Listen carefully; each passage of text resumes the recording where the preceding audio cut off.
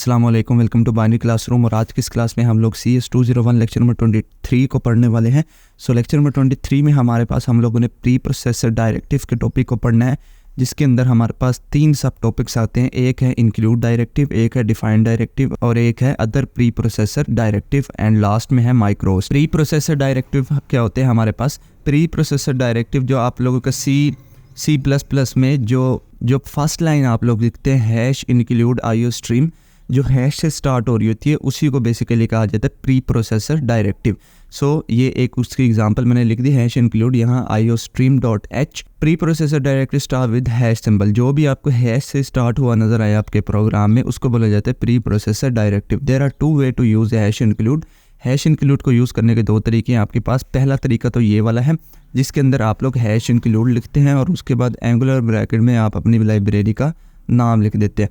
दूसरा जो है इसमें यह है कि आप लोग हैश इंक्लूड तो लिखेंगे, बट उसको जो आपकी लाइब्रेरी का नाम है उसको आप डबल कोट्स के अंदर लिख देंगे। तो ये 2 तरीके हैं प्री प्रोसेसर डायरेक्टिव को यूज़ करने के। अब इसके अंदर जो IO स्ट्रीम है ये हमारे पास लाइब्रेरी फाइल होती है, और ये जो .h आपको दोनों के एंड में नज़र आ रहा है ये होती है एक्सटेंशन ऑफ हेडर फाइल।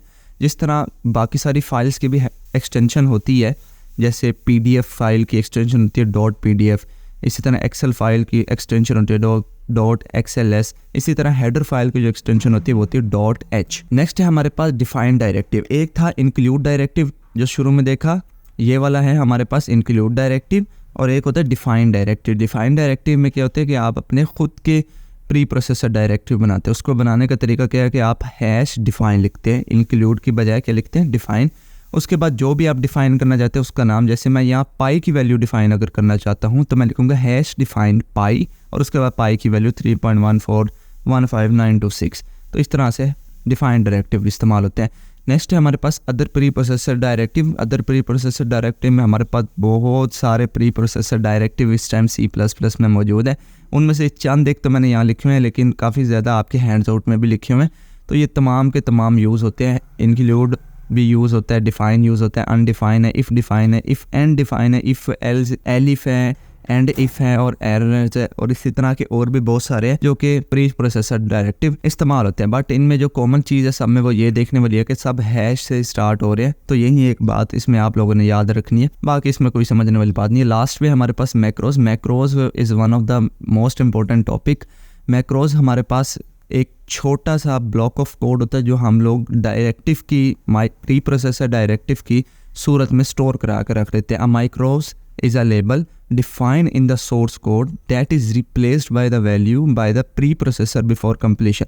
इस बात का मतलब क्या है कि आप लोग ना जो माइक्रोज हैं वो आप लोग प्री प्रोसेसर डायरेक्टिव की सूरत में अपनी फाइल में इंक्लूड कराते हैं और उसको बाद में कहीं भी यूज़ कर सकते हैं। अब जो हमने पीछे पढ़ा ना हैश डिफाइन, ये एक माइक्रो है, मानो ना मानो ये एक माइक्रो की तरह ही काम करता है। इसी को माइक्रो बोला जाता है और कोई भी चीज़ माइक्रो नहीं है। इसी तरह ये एक हो गई कि आप लोग वैल्यूज़ का माइक्रो किस तरह बनाएंगे। हैश डिफाइन पाई 3.14 ये होता है वैल्यू का माइक्रो, यानी कि अब भी जब भी आपको ये 3.14 वैल्यू यूज़ करनी होगी ना, आप उसकी जगह प्रोग्राम में पाई लिख देंगे ना तो ये वैल्यू खुद से एक्सेस कर लेगा।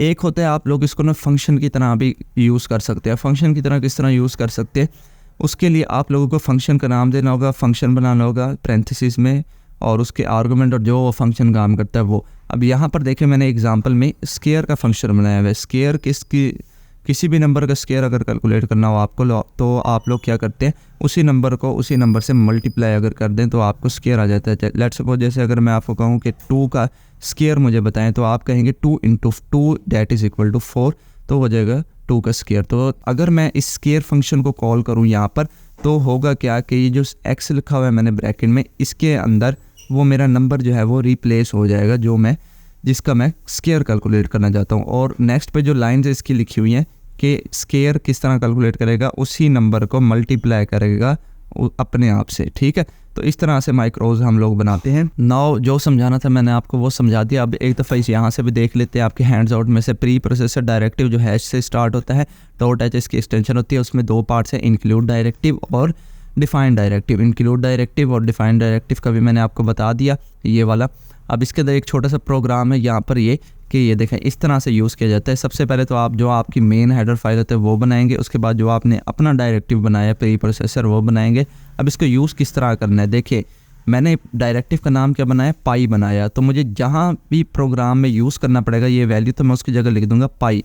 जैसे उसने यहाँ पर एरिया ऑफ सर्कल मुझे दिखाया है कैलकुलेट करके, तो एरिया ऑफ सर्कल किस तरह से मालूम किया जाता है, पाई आर स्क्वायर। तो उसमें पाई यूज़ हो रहा है, तो जहाँ पाई यूज़ हो रहा है वहाँ मैं उसकी वैल्यू के बजाय अगर मैं पाई लिख दूँ तो ये खुद ही ये वैल्यू एक्सेस कर लेगा।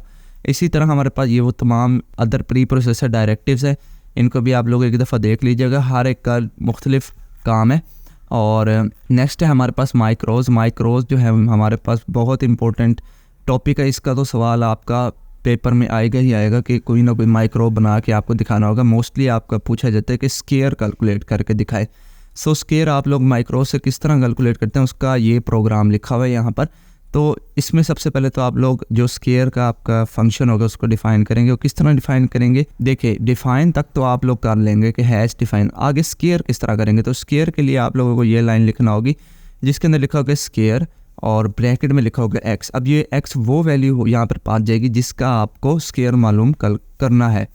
नेक्स्ट आपको पैरेंथेसिस में, फंक्शन की पैरेंथेसिस में ये लिखना होगा कि x इंटू एक्स, यानी कि x को मल्टीप्लाई करा दें x के साथ ही। सही है। तो अब इसमें करना क्या, आपने सबसे पहले तो कोई ना कोई वेरिएबल बनाना है, उसको यूज़र से इनपुट लेना उसकी वैल्यू, या आप डायरेक्ट भी वैल्यू इनपुट दे सकते हैं। नेक्स्ट आपने इसी फंक्शन को कॉल कर देना, यानी कि सिर्फ इतने पार्ट को इसके यहाँ पर अगर आप कॉल कर देंगे और उसकी वैल्यू को पास करेंगे तो आपका जो स्केयर है वो कैलकुलेट होके आ जाएगा। मैं इसको आपको एक दफ़ा रन करा के दिखाऊंगा, ऐसे नहीं बात बननी। तो यहाँ पर मैंने प्रोग्राम जो है वो कॉपी पेस्ट कर दिया, लेकिन जैसे मैंने कॉपी पेस्ट किया तो आप यहाँ देखें ऊपर वाली लाइन में मुझे एक रेड लाइन नज़र आ रही है, hash include pre processor directive में। अगर मैं इसको यहीं पर ही रन करूँ तो देखना मुझे एक एरर देखने को मिलेगा, और वो एरर है, कहता है कि जो iostream.h है ये हमारे पास कोई हेडर फाइल ही नहीं है। ये एरर मुझे क्यों देखने को मिला, असल में मैं जो आईडी इस्तेमाल कर रहा हूँ वो है .c++, और .c++ में जो है .h जो है वो इस्तेमाल नहीं किया जाता। तो अगर मैं यहाँ से .h को रिमूव कर दूँ तो दैन ये मेरा एरर चला जाएगा। और उसके बाद .h के बाद मुझे यहाँ एक और भी लाइन लिखने की, वो है यूजिंग नेम स्पेस std। इस लाइन को एंटर करने से होगा क्या कि मैं सी आउट और सी इन के फंक्शन यूज़ कर पाऊंगा। अगर मैं इसको ना एंटर करूं तो मैं ये सी आउट वाले फंक्शन, देखो रेड लाइन हो गई है, ये यूज़ नहीं कर पाऊंगा। तो इसको सेव करता हूं, और अब अगर इसको मैं रन करूं प्रोग्राम, तो देखे मेरे पास ये प्रोग्राम जो है वो रन हो चुका है, और वो मुझसे पूछ रहा है please enter the value of x to calculate its square.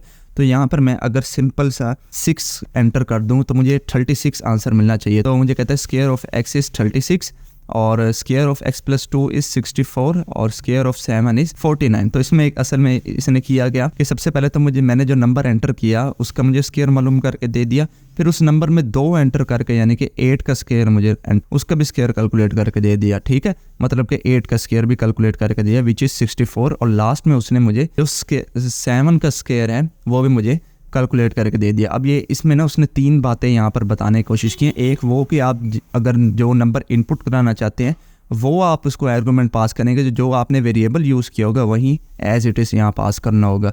अगर आप लोग वेरिएबल के साथ कुछ कांस्टेंट भी ऐड करके प्रिंट कराना चाहते हैं तो उसने वो भी एक एग्जांपल दे दी। सिमिलरली अगर आप सिर्फ वैल्यू प्रिंट कराना चाहते हैं, आप ये वाली वैल्यू एंटर नहीं करना चाहते, डायरेक्ट भी वैल्यू एंटर करा सकते हैं, तो उसकी भी एक उसने एग्जांपल दे दी। तो आई होप आपको ये लेक्चर पसंद आया। अगर पसंद आए तो वीडियो को लाइक कर दें। मज़ीद भी लेक्चर्स हम लोगों ने बना रखे हैं, नीचे प्लेलिस्ट का लिंक होगा तो आप वहाँ से सारे लेक्चर्स इसके CS201 के चेकआउट कर सकते हैं। मिलते हैं किसी नेक्स्ट वीडियो में, तब तक के लिए।